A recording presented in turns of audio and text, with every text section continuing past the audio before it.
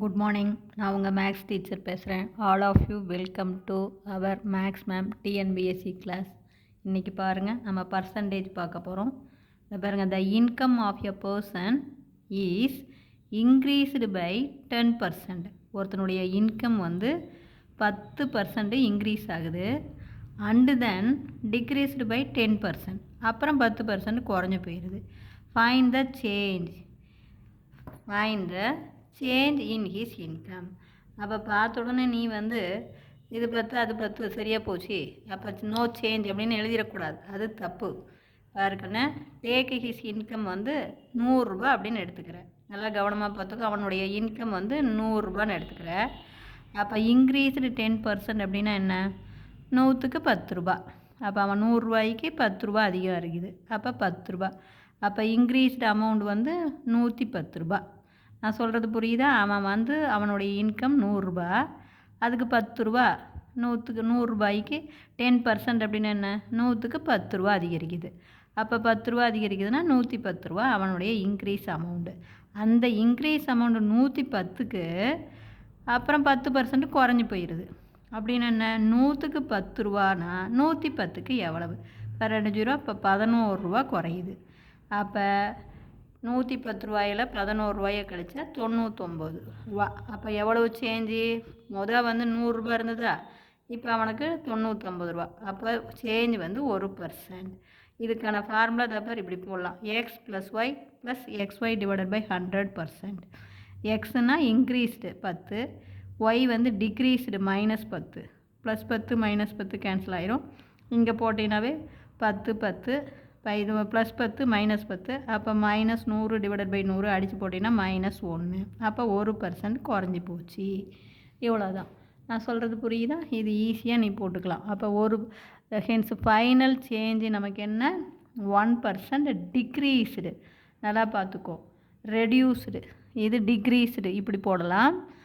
அல்லது இது டிக்ரீஸ்டுன்னு எழுதணும் சாமி, மறந்துடக்கூடாது. டிக்ரீஸ்டு அல்லது -1% அப்படின்னு எழுதணும். தெரியுதா? ஆர் நம்ம இதை என்னென்னு எழுதலாம்? அல்லது -1%. பார்த்துக்கோ, ஏன்னா குறைஞ்சிருக்குது. புரியுதா? அவன் 1 கொடுத்துருப்பான், அல்லது -1 கொடுத்துருப்பான், அல்லது இன்க்ரீஸ்னு கொடுத்துருப்பான். எப்படி அதை பார்த்து நீ இதை கவனமாக பார்த்துக்கணும். -1% சேஞ்ச் அப்படின்னா தான் 1%. தெரியுதா? அதே வந்து டிக்ரீஸ்டு அப்படிங்கிறதெல்லாம் நீ கவனமாக அந்த இடத்துல பார்க்கணும். ஆன்சர் எப்படி கொடுத்துருக்காங்கன்னு. இப்போ நான் சொல்கிறது புரிஞ்சுதில்ல? 100 ரூபா அவனுக்கு அமௌண்ட் வருதுன்னா 10% அதிகரிக்குதுன்னா 110 ரூபா வருமானம் வந்துடும். அந்த 110 ரூபாய்க்கு 10% குறையுது அப்படின்னா 11 ரூபா அவனுக்கு குறைஞ்சி போயிடும். அப்போ 110 ரூபாயில் 11 ரூபா குறைஞ்சி போச்சுன்னா 99 ரூபா. அப்போ அவனுக்கு 1% டிஃப்ரெண்ட் வருது, 1% குறையுது அப்படின்னு அர்த்தம். இப்போ புரிஞ்சுதா தங்கம்? Wish you all the best. அடுத்த கணக்கு, ரெண்டாவது கணக்கு பார்க்கண்ணே. 48 இஸ் 32% ஆஃப் விச் நம்பர்? எந்த நம்பருடைய 32% 48 ஆகும்? எந்த நம்பர்? அப்போ அந்த நம்பரை எக்ஸ்ன்னு எடுத்துக்கோ. எந்த நம்பருடைய 32%? எக்ஸோடைய 32% 48. அப்படின்னா என்ன? 32% அப்படின்னா 32/100 எக்ஸு. எக்ஸோடைய 32%. அப்போ 32/100 எக்ஸ் ஈக்குவல் டு 48. அப்போ இதையும் 8ஆம் வாய்ப்பாட்டில் அடி. 4 8 32, 6 8 48. மறுபடியும் 2ஆம் வாய்ப்பாட்டால் 2 4, 3 6. இப்போ பாரு, இந்த 100 போய் பெருக்கும், 2 போய் வகுக்கும். இது டிவைடாக இருக்கிறது மல்டிபிள் ஆகும். அப்போ பெருக்குனா 300, மல்டிபிளாக இருக்கிறது டிவைட் ஆகும் 2. அப்போ 300 2ஆல் அடிச்சின்னா 150.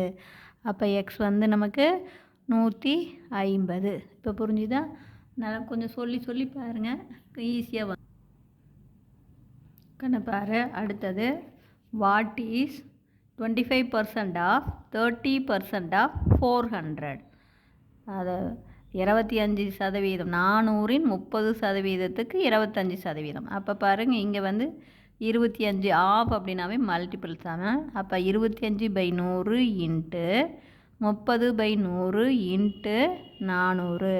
இப்போ 2 0 2 0 அடிச்சிரு, 1 0க்கு 1 0 அடிச்சிரு. 25க்கும் 10க்கும் 5 அடி 5 25 2 5 10 2க்கும் 4க்கும் 2 அடி 1 2 2 2 4 இப்போ பெருக்கி போடு 3 2 6 6 5 30 புரிஞ்சுதா?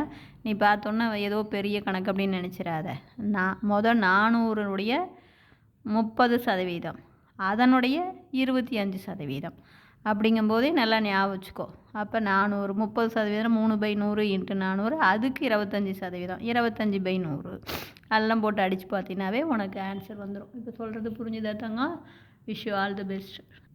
நான் அடுத்த கணக்கு பாரு. If a car is sold for ₹2 lakhs, ஒரு காரை 2 லட்சத்துக்கு விற்கிறாங்க. ஃப்ரம் இட்ஸு, அதனுடைய ஒரிஜினல் ப்ரைஸு 3 lakhs, 3 லட்சம். 3 லட்சம் தான் ஒரிஜினல் ப்ரைஸு. ஆனால் விற்கும்போது 2 லட்சத்துக்கு விற்றுறாங்க. Find the percentage of decrease in the value of car. காருடைய வேல்யூவில் டிக்ரீஸ் பர்சன்டேஜ் எவ்வளவு? இப்போ பாருங்கள், நம்ம எவ்வளோ குறைச்சி விற்றுருக்காங்க? 1 லட்ச ரூபா குறைச்சி விற்றுருக்காங்க. அப்போ காருடைய விலை என்ன? 3 லட்சம். 3 லட்சத்துக்கு 1 லட்ச ரூபா குறைச்சிருக்காங்க. அப்போ 100க்கு எவ்வளவு? எவ்வளவு தான். டிக்ரீஸ் பாருங்கள், ஒரிஜினல் வேல்யூ 3 லட்சம். அப்போ அந்த ஒரிஜினல் வேல்யூக்கு 1 லட்சம் தள்ளி விற்றுட்டான். அப்போ இந்த 3 0 5 0 5 0 அடிச்சிடலாம். அப்போ 100/3, 100 3ஆல் வகுக்கும்போது 33 வரும் பாருங்கள். 3 9 மீதி 1, 3 9 மீதி 1. அப்போ 33 1/3%. அதுதான் டிக்ரீஸ் பர்சன்டேஜ். இப்போ சொல்கிறது புரிஞ்சுதா கண்ணு? இதை பேர் 100 3ஆல் வகுத்தீங்கன்னா அப்புறம் 3 9 கழிச்சு போட்டிங்கன்னா 1, இந்த 0 எடுத்து வை 10, 3 9 மீதி 1, இதுக்கு மேலே இதை வகுக்க முடியாது. அப்போ 33 1/3%. அதை நல்லா பார்த்துக்கணும் ராஜா. எதுக்கு கேட்குறாங்களோ அதுக்கு தான் நீ போடணும். புரியுதா? இந்த வேல்யூ ஆஃப் கார் அப்படிங்கும்போது 3 லட்சத்துக்கு 1 லட்சம் லாஸு அப்படிங்கிறது போடணும். இப்போ புரிஞ்சுதா? Wish you all the best. Thank you.